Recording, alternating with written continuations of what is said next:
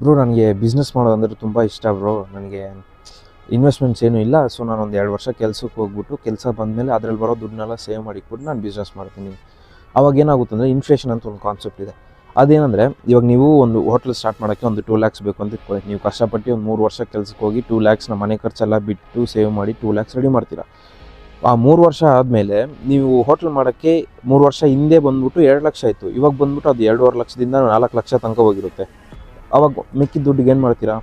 So ಸುಮ್ಮನೆ save ಮಾಡಿಕ್ಕಿದ್ರೆ ನಿಮಗೆ no use, ಮನಿ value ಕಮ್ಮಿ ಆಗುತ್ತೆ. ಸರಿ, ಮನಿ ವ್ಯಾಲ್ಯೂ ಹೆಂಗೆ ಜಾಸ್ತಿ ಮಾಡೋದು? ಸೇವ್ ಮಾಡಬಾರ್ದು, ಬಟ್ ಮನಿ ವ್ಯಾಲ್ಯೂನೇ ಜಾಸ್ತಿ ಮಾಡಬೇಕಂದ್ರೆ ಇನ್ವೆಸ್ಟ್ಮೆಂಟ್ ಒಂದೇ ಆಪ್ಷನ್ ಇರೋದು.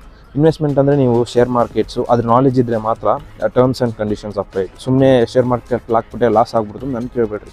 ಶೇರ್ ಮಾರ್ಕೆಟ್ ಬಗ್ಗೆ ತಿಳ್ಕೊಳ್ಳಿ, ಟ್ರೇಡಿಂಗ್ ಅಂದರೆ ಏನಂತ ತಿಳ್ಕೊಳ್ಳಿ. ಮತ್ತು ಮ್ಯೂಚುವಲ್ ಫಂಡ್ ಇದೆ, SIPs ಇದೆ, ಬಾಂಡ್ ಇದೆ, ಗೋಲ್ಡ್ ಇದೆ. ಇದ್ರ ಮೇಲೆಲ್ಲ ಇನ್ವೆಸ್ಟ್ ಮಾಡಿದ್ರೆ ನಿಮಗೆ ರಿಸ್ಕು ಇದು.